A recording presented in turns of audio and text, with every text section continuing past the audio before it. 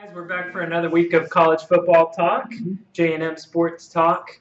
Jonathan, a lot of exciting finishes last week. Yeah, it really was. I don't know where to start. Yeah. If we got to start somewhere, let's start with West Virginia, Oklahoma State. Let's do it. So, West Virginia, Oklahoma State, what did you see in that game? Yeah, I thought it was a really good game. Yeah, one thing I was really impressed with was the fact, last week I was very critical about West Virginia's defense needing to start off well. And you know what, they did. And I was really happy for them for that. But on the flip side, where was the West Virginia offense? They didn't show up. Even most of their scores came from the defense special teams or set them up for even short field for the scores the offense did make. It was really disappointing on that end, but overall, good game, especially for Oklahoma State. Yeah, good game, good win for Oklahoma State. Their best win of the year, I would say. Will Grier, he just didn't show up. Four interceptions. West Virginia, they've been notorious this year for having slow starts, but they didn't make it happen in the second half. Yeah, it was really disappointing the fact that not only he had 4 turnovers, but it seemed like he was just trying to force it. Yeah. Instead of it was almost like he knew he had to score a lot of points to have a chance this game. He was trying to score all those points on every play, and you can't do that against a team like Oklahoma State who's playing really great defense the last 2 weeks. That's one of the biggest presses I've had from Oklahoma State is their defense the last 2 weeks has really showed up and gave Grier trouble. But still, I expect more from him even against the defense playing that well. Yeah, a big factor in this game as well was Oklahoma State winning the time of possession by over 15 minutes. Yeah. That's a lot to ask from a West Virginia team. Another thing is, did you see at one point, I was late in the fourth quarter, West Virginia was like 2 for 15 on third downs. You're not going to win games if you're not winning third down. Not even getting any hardly. It was crazy. Yeah, it's a tough game for them. All right, let's move on to another Big 12 matchup, TCU and Iowa State. That was a surprising finish. I don't think a lot of people saw that coming. Well, this Iowa State team, we know they got another close. They're going to fight another one. They got somebody else to do what they did. I think the biggest disappointment in this game for me was the fact that we've been so high on Kenny Hill being mature, stepping up.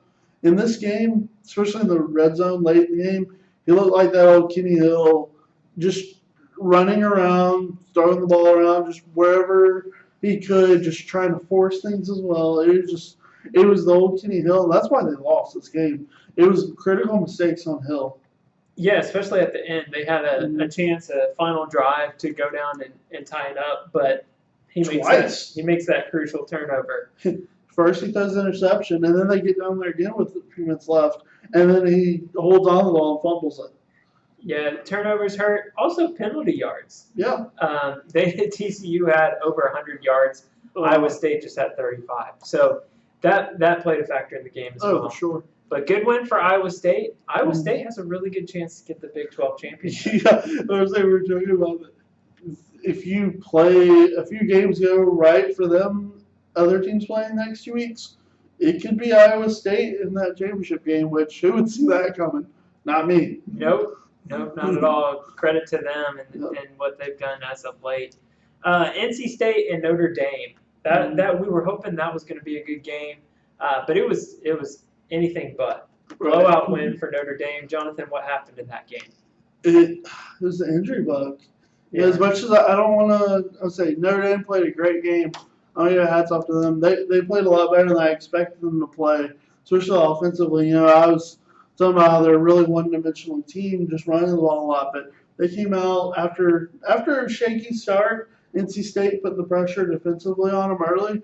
They came out that second possession, scored on 2 plays, both passing. I think that really set a tone that they weren't going to be as one-dimensional that game. But gotta be disappointed if you're an NC State fan. Not only, I talked about earlier in the season how I praised them that Louisville game because they just were dog tired by the end of that game trying to stop Lamar Jackson because of their lack of depth. Well, when they lose 2 of their interior linemen on the defensive line, they had no one to replace them, and Notre Dame was just able to run the ball down their throat because of it. It was really Bradley Chubb. They were just running away half the time or put 3 guys on them and run over them. And it was hard to watch if you're an NC State fan. Yeah, another 300-plus rushing game for Notre Dame against a quality opponent. And like you said, NC State didn't quite have the depth that you would hope they would have as a top team in the ACC. So it really hurts their confidence, I think, going forward. Yeah. And Notre Dame, they get a resume booster, right? Oh yeah, I mean that's a big one for them. Yeah, they've got 2 more other opportunities to move up even more, and they've still got a matchup with Miami, which is huge. They can mess up the ACC a little bit if they beat up Miami, and then also they've got a date with Stanford as well.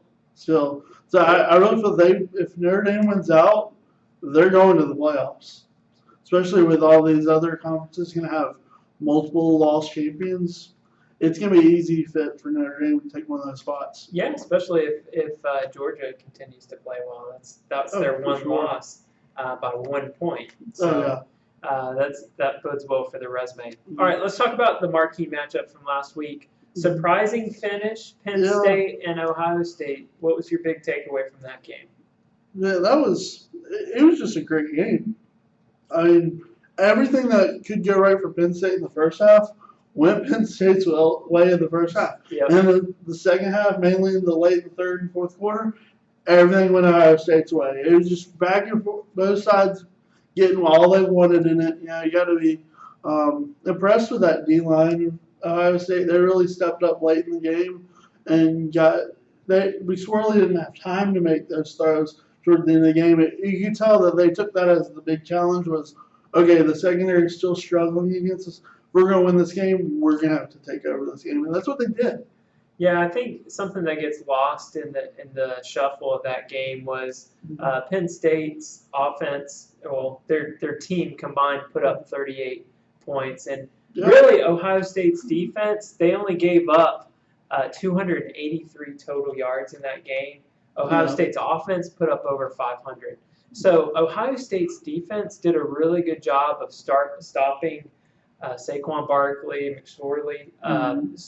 It just goes kind of unnoticed because they were able to kind of have their way in the first half. But in the second half, Ohio State's defense stepped up. They stopped them when they needed it to. And with less than 5 minutes left in the game, Ohio State was down by 11 points. So really good win for Ohio State.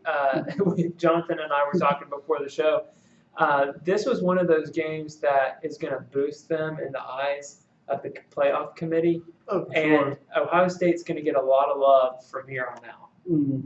Not to mention some of the people in those committees I was joking with their AD and the Oklahoma AD both on those committees. I'm sure both of them are really going to have love for each other to help themselves out. Oh yeah, for sure. All right, so that a lot of great games. Those were the ones we wanted to recap. Next segment is our players of the week. So Jonathan, let's start out your freshman of the week. Who was it? People should be surprised about this one. But I'm going to go with Cole Kelly, quarterback for Arkansas. Yeah, he didn't have the stats, being a true freshman quarterback and all playing. But you got to give props to the big man. Only his second start, actually, and getting an SEC, his first win being an SEC win. And he made some great plays late in the game for them to get that win against Ole Miss. So I'm going to give it to the big quarterback. That's a good pick. I like that pick. J.J. Taylor, he was my freshman of the week. Okay. Arizona running back, only 13 carries, but he had 152 rushing yards and 2 DDs. So he only needed 13. He really only needed 13 carries. Good win against Washington State.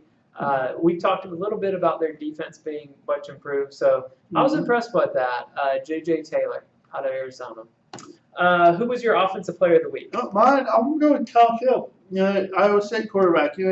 He did the smart things. He didn't make any mistakes. He was just very poised, and he was a big reason why Iowa State kept their head level to win that game. And he scored twice for him. Yeah. It's scary to think about what Iowa State's record would be had he started the season at quarterback. Was it the good thing for them? Their 2 losses, only one of them is in conference play.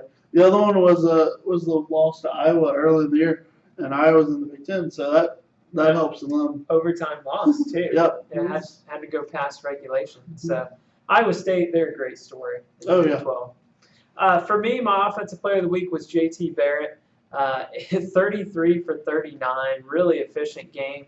328 passing yards, 4 TDs, almost 100 yards rushing in addition to that. I think his Heisman candidacy improved from that Penn State win. Oh, for sure. They're talking about Heisman moments. He definitely had some in there toward the end of the game for that win. Yeah, after that Oklahoma loss, I think a lot of people counted Ohio State and JT Barrett out. And so they've kind of been under the radar, but after that win, I think they're going to get a lot of love. Yep. All right, who was your defensive player of the week? You know what? I went with AJ Green. No, not the receiver that's playing for the Bengals that played at Georgia for, but I'm talking AJ Green, the corner for Oklahoma State. He had 2 interceptions in their win against West Virginia. He also had 2 pass deflections that one of them, if he would have held onto it, he could have walked in the end zone. He could have had a pick 6 on top of it. He just drops. But he's going to be my defensive player of the week. Yeah, Oklahoma State, they had a great day on defense. It doesn't really show up in the stat book with the 39 points. No, but they had a great day. They shut down Will Greer for sure. So some of those points came off special teams and defensive scores. Yep. Too. So they can't control that when they're not on the field. You can't. You really can't. My defensive player of the week was Trey Lamar, the linebacker from Clemson. He had 11 tackles, 2 sacks, 2 tackles for a loss, which that can be tough to do against a different triple option offense like they played in Georgia Tech. But I was really impressed with him, and he was a huge reason to holding Georgia Tech to just 10 points. I think at one point in the game, Marshall, the Georgia Tech QB, had just 1 completion for -6 yards. Yeah. I think that was like in the 4th quarter. Was holding that stat line. I think that was probably like a flea flicker or something. Probably some trick play that just didn't go well. They just, Backward. guy went down. Yeah, save it. Yeah, so great week from all those guys. Hats off to them. All right, we're going to move on to our quick pick segment. So we're moving on to next week's games. Going to be hard to top last week, but we feel like we got some really good matchups here. Yeah. So Jonathan, are you ready? I think so. Rapid fire. All right. All right. Syracuse traveling to Tallahassee to face FSU. You know what? As much as I wish Florida State would get on track, not this week. I got Syracuse. They're continuing to play. They've played so well. All right, the Orange. South Carolina traveling to Georgia. You gotta like Georgia on this one. You know, I did see Samuels is back off his boot and stuff this week. I noticed. Interesting. He was traveling with the team. He's not in a boot or anything, so maybe he might be back sooner than later. I don't think he'll be back for this game, but just some news to mention with South Carolina with this pick. But I got Georgia. Yeah, South Carolina is 6-2 right now. Mm-hmm. Decent record. Iowa State traveling to West Virginia. Yeah, I don't know what we're gonna get with this West Virginia team, so I'm going with Iowa State. Is that an upset or not so much? Not so much. Okay, all right. Stanford traveling to Washington State. Yeah, Washington State's struggling. Bryce Love should be back this game. If Bryce Love is healthy, you can't be against them right now. He's running the ball so well. Yeah. Texas traveling to TCU. You know what? This was another one. I'm going against my heart. I'm going with the Horns. Oh, I'm going with Texas. Interesting. That would be upset special. Yep. Oregon traveling to Washington. Let's go with Oregon. Oregon, the Ducks? Yep. Oh, man. Washington, they haven't played competition yet since they've been struggling. I don't really like what I'm seeing out of them the last couple weeks, so I got Oregon. Oregon had a really good win last week against Utah. They did, and they can score points. I don't care who the defense is. They're going to score points. So I like them right now. All right, this last game, I don't want you to go with your heart. I want you to go with your head. Okay. Okay. Auburn traveling to College Station. Okay. Texas A&M. Okay. I'm not going to go with my heart here. I'm going to strict stats. Auburn whipped up on Mississippi State earlier in the year, correct? That's correct. Mississippi State whipped up on Texas A&M last week in Kyle Field. This is correct. That being said, you know how many losses Gus Malzahn has had off of bye week since he's been the head coach at Auburn? Ooh, that's a tough one. I'm going to go 0. with 0. So right. with stats, I already like Auburn in this matchup already. especially the way the defense stacks up and getting healthy.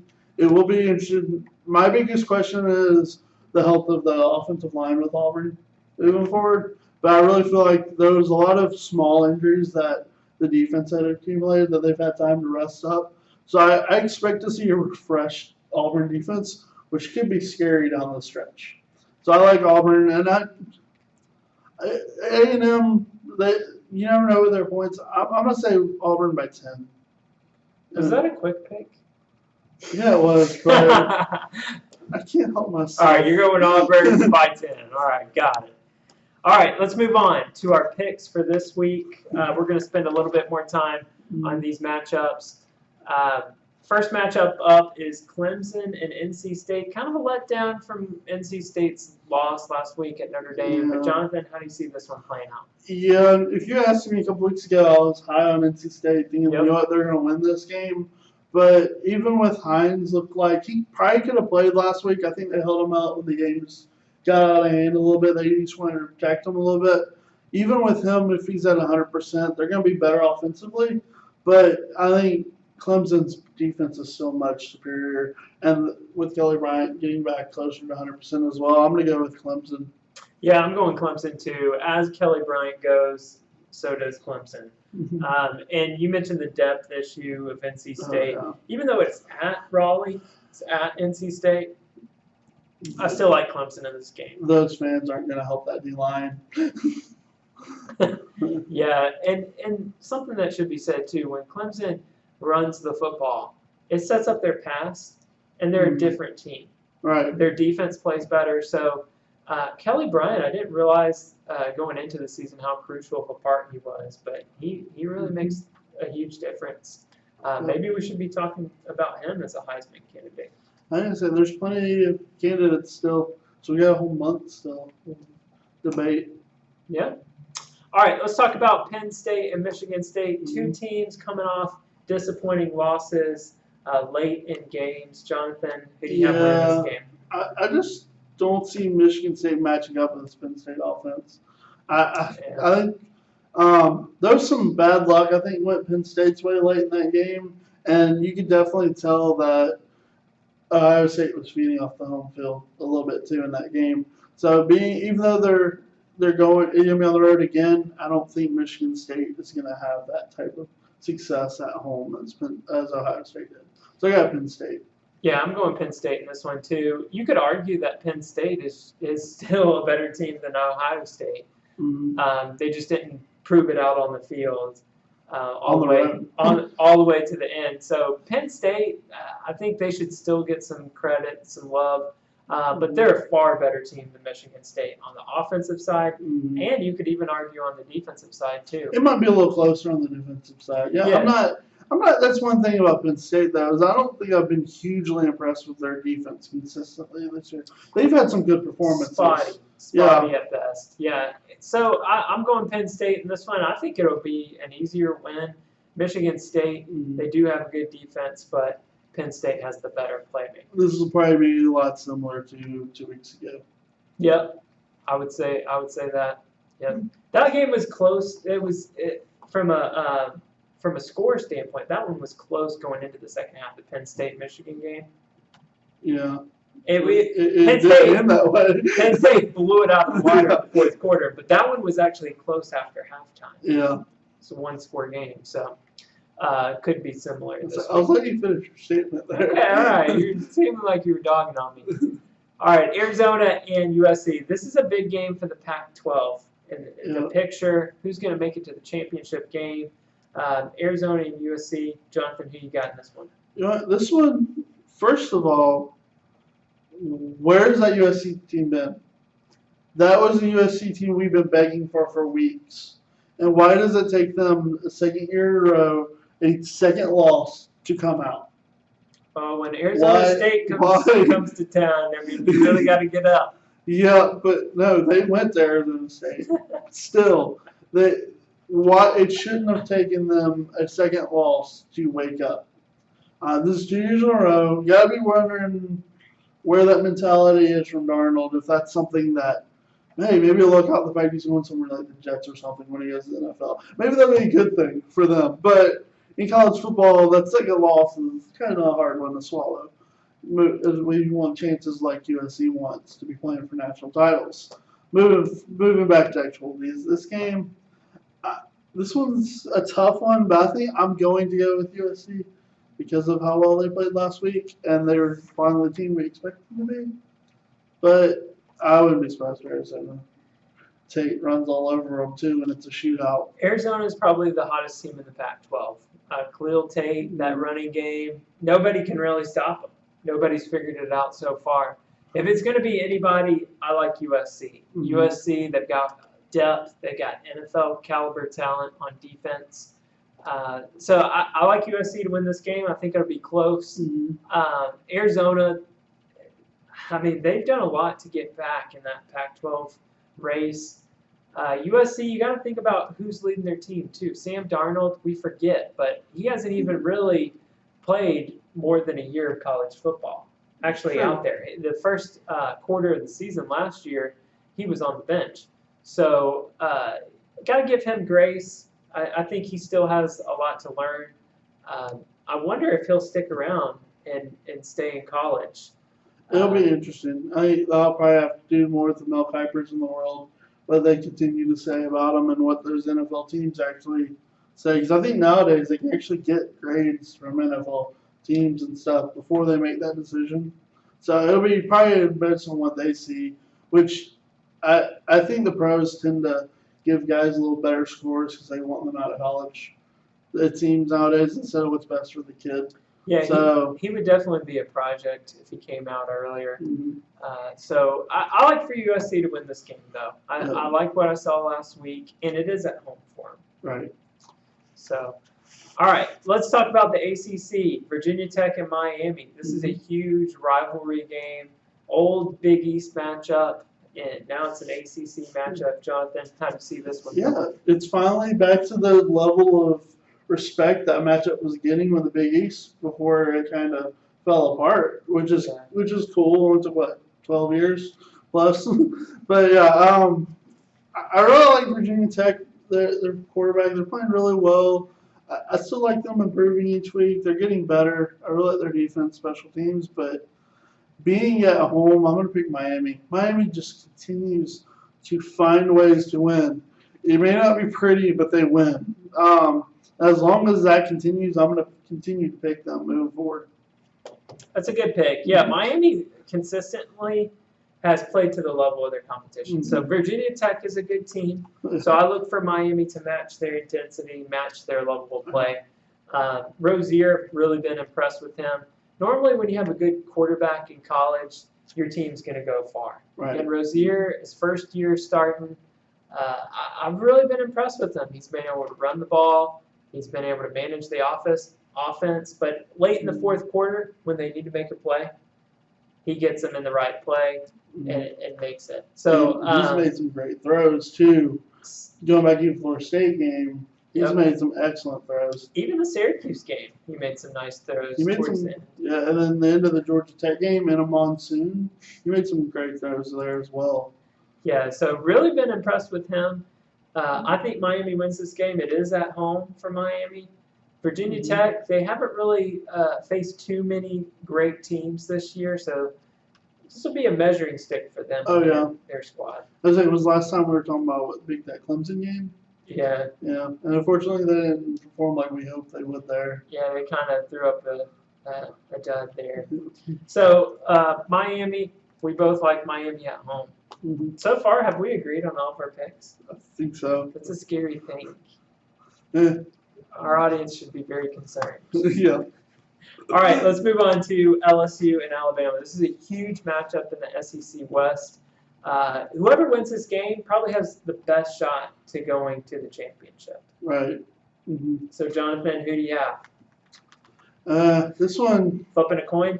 Yeah, it's really a coin flip. Being at home and everything else, and they just had their numbers still the last few years. I'm going to go with Bama, but this might be one of the best games of the week. And these are usually great games, and this one should live up to it like the others. Unfortunately, it's not getting the hype it has years past, because LSU might be the hottest team in the country no one's talking about.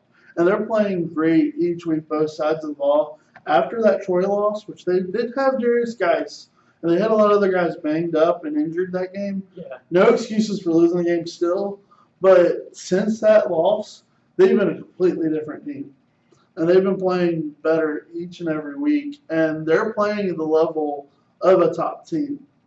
And with that being said, I expect this to be nothing less than a big LSU-Bama matchup, like it's been the last few years. Yeah, both teams coming off a bye week have a chance to rest up, evaluate themselves, scout the other team really well. So this should be a good matchup. I like Alabama in the game because they're at home. I really like the way they've been running the football. LSU matches up really well schematically against them. They probably face Bama the toughest of any team, but it'll be interesting to see Jalen Hurts. All year long I've been talking about him not developing as a passer. I think it shows up more in this game. LSU, Danny Etling, we've been saying the last few weeks he's played the best game of the year. We were joking about that before the show. So it's going to take LSU playing their absolute best game of For the the season. 5th week in a row. For the 5th week in a row. No, but seriously, it's going to take them playing their best game to beat Alabama. Whereas Alabama, I don't think they have to play their best game to come out with a W. No, they can get away with a B probably, but they have to show up still. I mean, this is a conference game, and you talk about this even before the Auburn game. LSU is a team that they step up for their conference games. Those non-conference games, they don't always go for, like you've been saying for weeks. Yeah. This is another opportunity for them to do exactly what you say they normally do, which they do. Yeah, so LSU, I give them a fighting chance. I think this will be a closer game, but I think Bama ends up taking it at the end. All right, our marquee matchup of the week is the Oklahoma State game. It's going to be in Stillwater. Jonathan, who you got in this game? You know what? I've been looking at this one real close, and I really feel comfortable in Oklahoma State winning by at least 3 scores. Oh, so you're calling blowout? Yeah, I am, just because of the fact. Yeah, I just really Mason Rudolph's been playing excellent. Yeah. But I'm really putting this on the fact that how well Oklahoma State's defense is playing, and Mayfield's played great, but this is going to be another situation where he's playing in competition that's playing maybe even a little above themselves, but they're playing great ball, and he's having to rely on his weapons are all underclassmen. He doesn't have those seniors that can go, that gritty, he can rely on completely, and I think this is another case where this shows. Earlier in the year when they played TCU, it was the same thing. TCU was playing the best they played all year defensively going into that game, and their secondary shut those receivers down. And Mayfield, if he doesn't have anyone to throw to, what can a quarterback do if they don't have receivers to get the ball to? So I'm putting that more on the Oklahoma State's defense, shutting them down enough to where Oklahoma State, Mason Rudolph, he's going to do what he's going to do. He's going to pass for 300-400 yards. Doesn't matter. It doesn't matter the team defense he's playing. He's going to get his numbers most games. So I just think it's more the fact the defense is going to stop Oklahoma to where they're not going to be able to keep up with them. Yeah, I think Oklahoma's defense has struggled pretty much all season long. I mean, they even gave up 40-plus points to a winless Baylor team. Yeah. So they definitely struggled, to say the least. And Oklahoma State, their defense has been improving. Well, you mentioned Baylor. I've been saying this last few weeks. I can say it again this week. Baylor is the greatest 0-8 team to ever play. So let's not make fun of Baylor here. They're the greatest 0-for team ever. 0-8, yeah, strong team there. Yeah, so I'm going to Oklahoma State in this game. I don't think it'll be a 3-score game by any means. I do like them at home. I think Baker Mayfield, I don't think you're giving him enough credit. He definitely has young people around him, but he has gotten the most out of his guys. He can't control the defense. That's one thing he can't control, and that's where I think the game will be won. Oklahoma State's offense against Baylor's or not Baylor, but Oklahoma's defense. I don't think Oklahoma will be able to stop Mason Rudolph and his receivers. James Washington has had a really good season at wide receiver. This might be a situation like Oklahoma had last season, where Baker Mayfield and receiver Westbrook, they both went to New York at the Heisman Trophy ceremony. This could be another situation like that, where you have Mason Rudolph and James Washington going to New York. Yeah, I don't remember. I think it was like it was a weird stat going to the West Virginia game, but their first score, I'll have to look up the number after the show and post it. But he had like some ridiculous number of games straight with a touchdown reception. Yeah. Too. So it was that he got right off the bat against West Virginia. So yeah, I say they're a great tandem. Probably one of the best ones we've seen in the last few years. You put them up against Westbrook and Mayfield last year. It's just fun to watch. Yeah, really good tandem. And Oklahoma State's running the ball well too. Yeah, they've improved in that area. They're not just one-dimensional. And their defense. So Oklahoma State, they're a good team. I like them at home. All right. So lots of good games to watch this week. We've got some exciting things for you after the show. Yep. We're actually going to have our thoughts on the playoff picture. We're going to do our top 4 teams and then the first 2 teams out. So we're going to have a segment on that. And then on the after show, we got something special planned for you. So thank you guys for joining us. We'll catch you again next week. Later, guys.